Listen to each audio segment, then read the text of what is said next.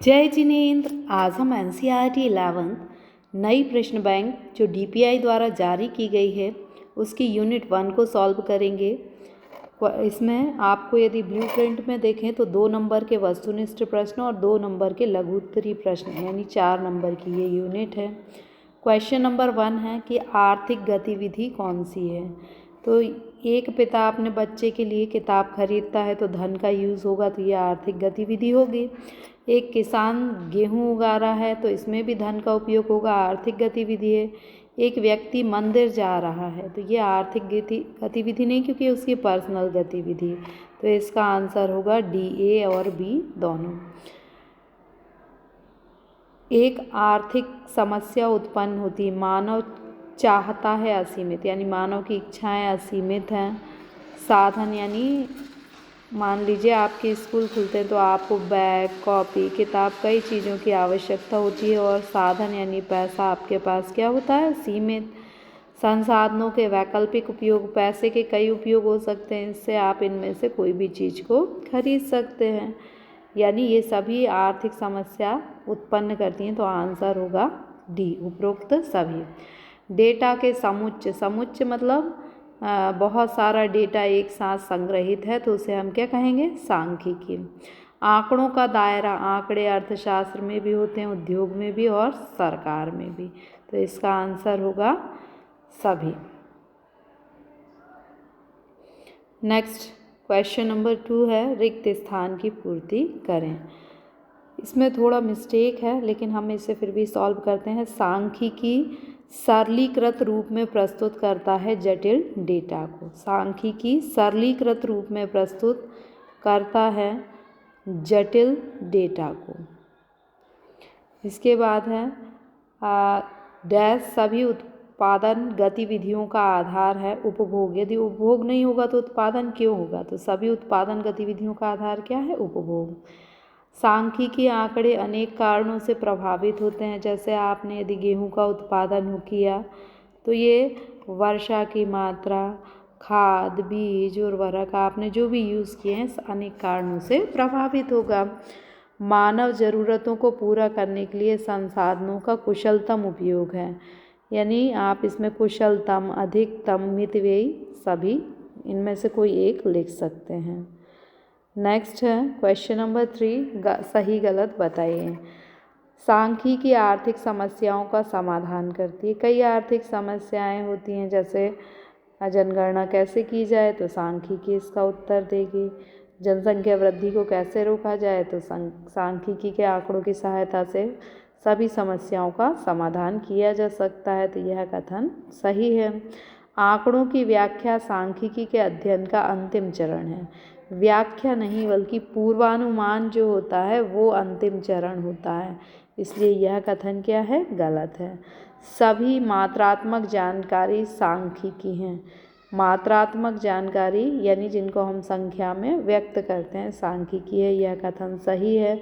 वितरण आर्थिक गतिविधि है, तो यह भी सही है, क्योंकि उत्पादन, उपभोग, विनिमय, वितरण, राजस्व, ये 5 गतिविधि हैं और वितरण इसी के अंतर्गत आता है।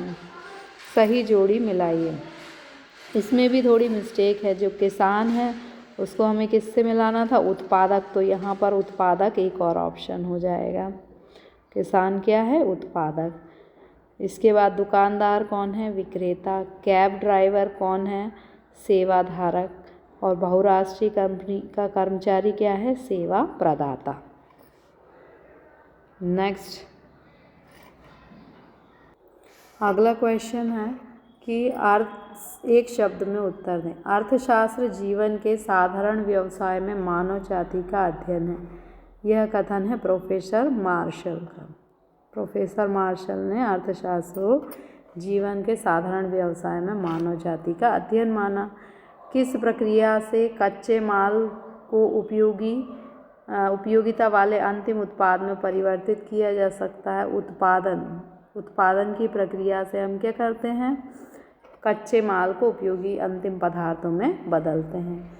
तथ्यों को सरल और निश्चित रूप से प्रस्तुत करने में क्या सहायक है, तो सांख्यिकी जो है वो तथ्यों को निश्चित रूप में प्रस्तुत करने में सहायक है। सांख्यिकी किन चरों को संख्यात्मक शब्दों में व्यक्त किया जा सकता है? तो मात्रात्मक जो चर होते हैं या आंकड़े होते हैं उन्हें हम शब्दों में व्यक्त मतलब संख्यात्मक रूप से व्यक्त कर सकते हैं। अर्थशास्त्र से आप क्या समझते हैं? अर्थशास्त्र सामाजिक विज्ञान की वह शाखा है जिसमें हम वस्तुओं और सेवाओं के उत्पादन, वितरण, विनिमय और उपभोग का अध्ययन करते हैं। यानी अर्थशास्त्र में हम किसका अध्ययन करते हैं? वस्तुओं और सेवाओं के उत्पादन, वितरण, विनिमय और उपभोग का अध्ययन करते हैं। क्वेश्चन नंबर 2 है कि आर्थिक डाटा या आर्थिक आंकड़े क्या होते हैं? आर्थिक डाटा क्या है? एक अर्थव्यवस्था या ये नहीं है, एक अर्थव्यवस्था के अतीत या वर्तमान का वर्णन करने वाला डाटा है। एक अर्थव्यवस्था के अतीत या वर्तमान, यानी अतीत में कितना उत्पादन था, वर्तमान में कितना उत्पादन है, कितना व्यय है, इसका अध्ययन आर्थिक डेटा के अंतर्गत किया जाता है। उपभोक्ता क्या है? उपभोक्ता वह है जो क्या करता है? उपभोग के लिए वस्तुओं और सेवाओं का क्रय करता है। उपभोक्ता उपभोग के लिए वस्तुओं और सेवाओं का क्रय करता है। जैसे आपको भूख लगी और आपने खाने के लिए सेब खरीदा, तो आप कौन हो गए? उपभोक्ता हो गए।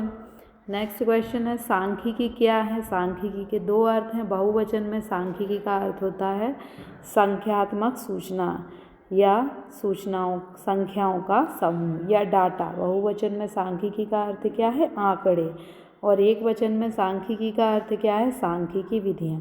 तो आप केवल इतना भी लिखेंगे कि बहुवचन में सांख्यिकी का अर्थ है आंकड़े और एक वचन में सांख्यिकी का अर्थ है सांख्यिकी विधियाँ, तो भी आपका आंसर कंप्लीट हो जाएगा।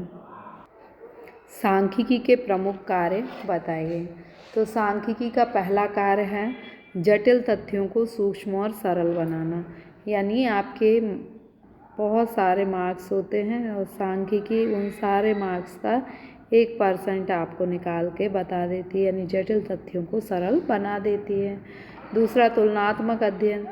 आप सांख्यिकी से तुलना कर सकते हैं कि आपके 2 सब्जेक्ट के जो मार्क्स हैं तो किस में आपके ज़्यादा नंबर हैं और किस में कम नंबर हैं। बचत क्या है? तो सामान्य अर्थों में उपभोग से जो भी धन हम बचाते हैं उसे हम क्या कहते हैं? बचत। जबकि सामान्यतः क्या समझा जाता है कि जो धन हम बैंक आदि में जमा करते हैं वह बचत है। अर्थशास्त्र में हम क्या कहते हैं? उपभोग से बचाए हुए धन को बचत कहते हैं। So thank you.